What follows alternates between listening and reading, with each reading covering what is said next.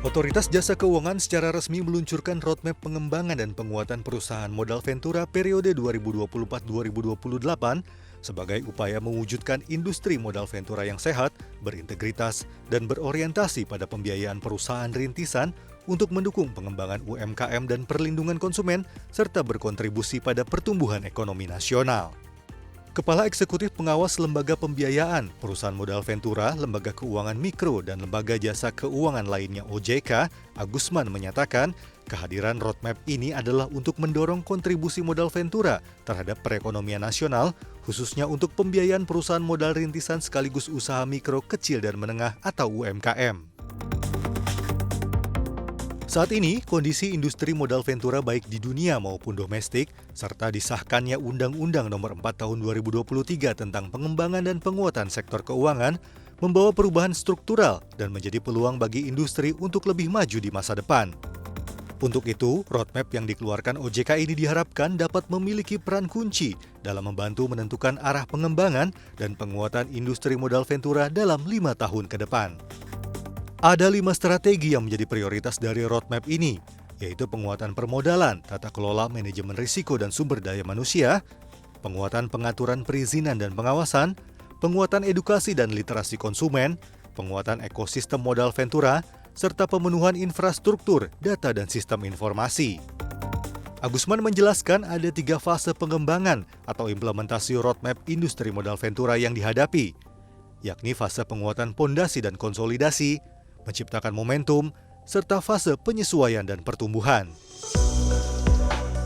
Saat ini, perusahaan modal Ventura di Indonesia terdiri dari 54 perusahaan yang berizin OJK. Dari jumlah tersebut, 5 perusahaan melakukan kegiatan usaha dengan prinsip syariah, sedangkan lainnya konvensional. Berdasarkan data per November 2023, aset perusahaan modal Ventura adalah sebesar Rp26,56 triliun atau meningkat 8% secara tahunan. Total aset tersebut terdiri dari aset perusahaan modal Ventura konvensional sebesar Rp25,59 triliun dan aset perusahaan modal Ventura syariah sebesar Rp0,96 triliun. Sementara itu, outstanding penyaluran mencapai Rp17,39 triliun yang terdiri dari penyaluran secara konvensional sebesar Rp16,78 triliun dan penyaluran syariah sebesar Rp0,61 triliun. Outstanding penyaluran mengalami peningkatan yang cukup signifikan dalam 5 tahun terakhir, di mana penyaluran di tahun 2018 adalah sebesar Rp8,46 triliun dan meningkat menjadi Rp18,01 triliun di tahun 2022. Penyaluran mengalami penurunan pada tahun 2023 menjadi Rp17,39 triliun, yang salah satunya merupakan dampak kondisi ekonomi global dan domestik. Penyaluran modal Ventura ini diberikan kepada sekitar 2,28 juta pasangan usaha, di mana 1,71 juta diantaranya berlokasi di Pulau Jawa, 537,07 ribu di luar Pulau Jawa, dan 44 di luar negeri. Lebih dari 98% dari pasangan usaha tersebut adalah debitur pembiayaan. Sekitar 1,88 juta diantaranya adalah pasangan usaha yang bergerak di sektor perdagangan, baik besar maupun eceran. Jumlah pasangan usaha pada tahun 2023 ini meningkat cukup signifikan dibandingkan tahun 2018, di mana hanya terdapat 1,77 juta pasangan usaha yang dilayani oleh modal Ventura.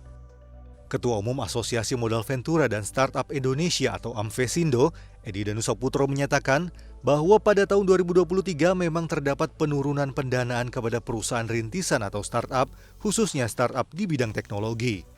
Sementara itu, Ketua Asosiasi Startup Teknologi Indonesia atau ATSINDO, Handito Yuwono mengatakan turunnya pendanaan startup secara global tidak lepas dari kondisi gejolak dunia. Namun demikian, di Indonesia pendanaan kepada startup kembali tumbuh seiring dengan munculnya generasi baru startup. Jadi apakah ada penurunan investasi dari venture capital atau investor pada umumnya ke startup Indonesia? Iya. Tapi sebenarnya data 2023 Q3 itu sudah menunjukkan ada penaikan. Ya, jadi memang betul di semester 1 turun, tapi Q3 sudah terlihat mulai naik. Memang dibandingkan year on year 2023 masih turun, tapi sudah naik dibandingkan semester pertama. Tapi khusus Indonesia, saya sependapat dengan Pak Edi bahwa sebenarnya 2023 ini sudah mulai ada rebound ya. Kita lebih cepat reboundnya. Kenapa reboundnya lebih cepat? Karena di Indonesia ini ada jenis startup baru yang saya sebut baru, yang generasi baru startup yang menurut saya ini lebih cocok untuk Indonesia, yang tiba-tiba naiknya lebih cepat gitu. Nah, jadi startup digital memang sedang turun ya. Menurut catatan dari National Startup Center-nya RB memang masih mengalami penurunan. Tahun ini 2023 masih akan turun dari tadinya 496 menjadi 383, tetapi ada generasi startup baru yang memadukan antara ya selama ini kan industri startup banyak tergantung kepada memanfaatkan teknologi digital dan yang financial begitu ya. Yang itu memang mengalami penurunan. Tapi di luar yang itu yang memadukan teknologi operasi, proses dan juga services itu menaiknya lebih cepat. Dan ini saya rasa buat Indonesia kita masih akan tumbuh lagi lah tahun ini. Meskipun tahun ini nggak terlalu besar, tapi tahun depan kita harapkan lebih besar lagi. Pada tahun 2024, investor mengungkap tren pendanaan startup sepanjang 2024. Para investor sepakat sektor dan inovasi teknologi tahun ini masih seputar kecerdasan buatan atau artificial intelligence, energi terbarukan, dan blockchain. Meski demikian, gejolak global telah memberikan tekanan dalam ekosistem startup, termasuk di tanah air. Kondisi ini tercermin dari peningkatan PHK massal dan penutupan bisnis yang masih terjadi hingga awal tahun 2024. Menilik kondisi ini, perusahaan modal Ventura melakukan perubahan strategi pendanaan dengan memperkuat partnership startup dan investor. Hal ini menjadi penting untuk mendorong pemulihan dan penguatan bisnis startup di Indonesia. Jadi biar gimana pun juga, 2023 sangat challenging ya, dan 2024 ini kita melihat sih ada harapan, ada perbaikan juga ya. Mungkin dari kalau dari sisi global ya terutama ya, kalau kita lihat juga di Amerika tech stocks, public tech stocks terutama udah recover quite a bit ya. Nasdaq juga tahun lalu pertumbuhan untuk tech stocks-nya lumayan tinggi ya. Kontrasnya mungkin di China kali ya. Kalau China mungkin performance tech stocks-nya kurang bagus ya, tapi itu juga ada aspek geopolitikal. Kalau dilihat dari opportunity-nya sih sebenarnya tahun ini mungkin udah mulai menarik, tapi memang masih dibayang-bayangi mungkin tantangan-tantangan yang masih ada. Karena tantangan dari sisi inflasi tinggi yang sekarang udah mulai lebih teratasi, tadinya ada kemungkinan resesi ekonomi global yang ternyata selama ini masih mungkin kemungkinan soft landing ya kan.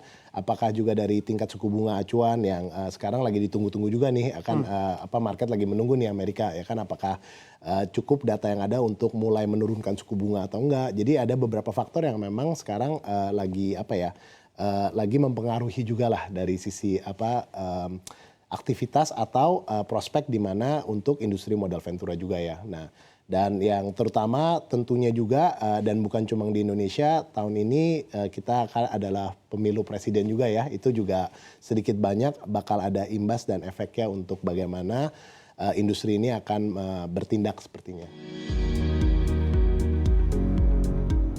Otoritas Jasa Keuangan mengungkapkan pengembangan perusahaan modal Ventura membutuhkan arah pengembangan dan strategi yang tepat agar mampu menghadapi berbagai tantangan dalam pencapaian visi dan misi. Tantangan tersebut diantaranya adalah mengenai kecukupan permodalan, sumber pendanaan, proporsi penyertaan modal dan obligasi konversi, daya saing perusahaan modal Ventura, penurunan jumlah perusahaan modal Ventura, ekosistem, literasi dan edukasi konsumen, serta pertumbuhan perusahaan modal Ventura syariah. Industri yang sehat dan berintegritas adalah industri yang memiliki tata kelola yang baik, profesional, memperhatikan kepentingan nasabah dan taat terhadap ketentuan yang berlaku. Modal Ventura juga sangat erat kaitannya dengan pengembangan inovasi dan usaha rintisan. Perkembangan modal Ventura di Indonesia diharapkan berkontribusi banyak terhadap pengembangan inovasi dan teknologi serta pertumbuhan usaha rintisan. Selain itu, keberadaan modal Ventura juga diharapkan dapat berkontribusi optimal terhadap pengembangan UMKM. Secara umum, pengembangan modal Ventura di Indonesia diharapkan memiliki dampak terhadap pertumbuhan inovasi dan perkembangan UMKM ini, sehingga dapat meningkatkan pertumbuhan ekonomi nasional dan meningkatkan kesejahteraan masyarakat.